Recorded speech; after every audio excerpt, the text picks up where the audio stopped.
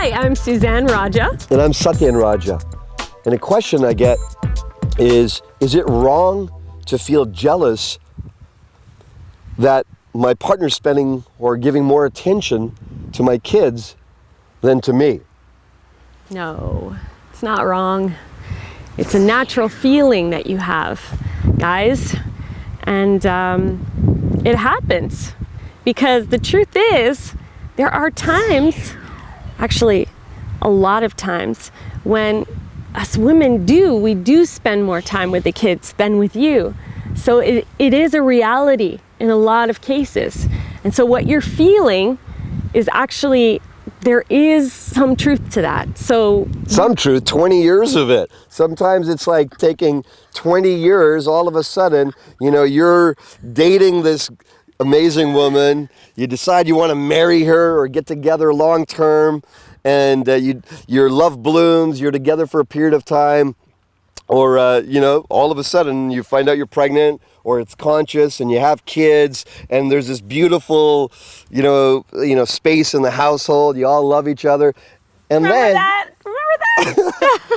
and then you're not having so much sex because she's tired and you're tired, you're taking care of the kids, and this goes on, time goes by, and you have to understand it, you have to keep understanding it, you have to keep justifying it, understanding it, that all her energy's going to the kids for natural reasons, her energy has to take care of them, it's biological and all that. You know all of that, we all know all of that. Ladies, you feeling this? I mean, I know about being tired. Good grief. I have 2 kids, and tired was my second name, actually, is tired. So being very tired and being very spent and full of giving. So the last thing, you just... Giving physically too, right? No, I mean, like, completely, physically. They used to call me the Dairy Queen.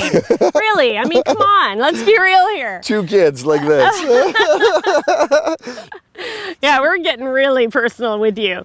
But, the truth is that you are tired. And that these little cuties, they just came along and they're so adorable and they're just giving you love, and they don't ask much, and you're just, and no matter what you do, I mean, I'm talking when they're small, when they get older, there's a different story there, but the truth is that you're giving, and there's this what feels like an unconditional love, and you're just getting back. You give, you get back, you give, you get back, and it feels really good. But if you notice, what's going on here? I've forgotten about what's going on over here. And guess where those little cuties came from?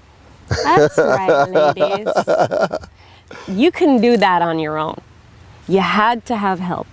And this help is not just help. This is your lover that you've forgotten about. And he's feeling it. So guys, I get it. We get it. So what do you do? Here's the thing. This was first at one time, and then they became first.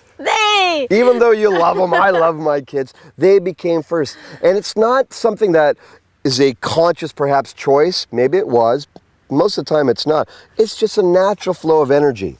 The thing now to do is to reestablish yourself as number one. Your relationship, your intimacy, your passion. Do you remember why you got together with him? Do you? I mean, come on. You really, really love this man, and you really connected for a bigger reason. And you gotta get back to that place that you gotta remember him, and not forget about him, ladies, because it's important and it hurts. It hurts when you've turned away.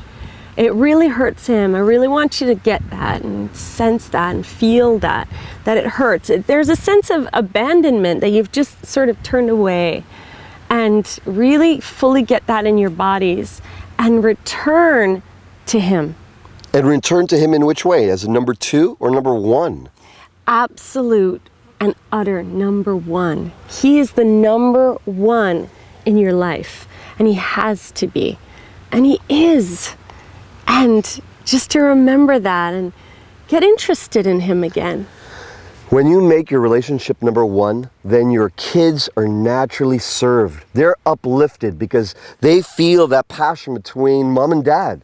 They feel that passion there. It's not a verbal thing. They see how you touch each other, and they may get shy at a later age when they're teens and so forth. Oh, look at them, gushy, gushy, gushy. But you know what? It's setting an impression in their psyche that marriages do work, can work. You're giving them an impression that marriages are beautiful and powerful. Although 60, 70, 80% of marriages are going in ruin, that you're making this marriage, this partnership, this connection number one. Know that that's a gift to the next generation, because your example in making each other number one, naturally that oneness will bind together and combine to make your kids stronger, more powerful, have healthier relationships as they grow older in their lives. Precisely. They will learn how to connect in relationship.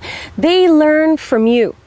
This is their first learning of how to relate and how to connect and how to have a beautiful sense of what it can be and what it is. And it's a demonstration. You can tell them all you want, but it's your example of what you give each other that they are going to take into relationship. They're going to take into relationship, and they're going to want to have great relationships because they'll see an example of that, and they'll want to recreate an example of this. And so this is your gift to your children. It's your greatest gift. Ladies, to your children is your love and your devotion and your offering of that to your partner by getting interested in him, and by spending time with him, and by letting him know through your words and your actions just how much you appreciate him. And remember, he's the one that helped you get it all started. And this is where you're gonna be when they're gone. And so let it be a happy place. Let it be a yummy place to be. And you know what? Those kids they're gonna be happy no matter what, as long as this is happy. When mama's happy and papa's happy, everybody's happy. Ignite passion now. Right now. Put each other number one. Ah.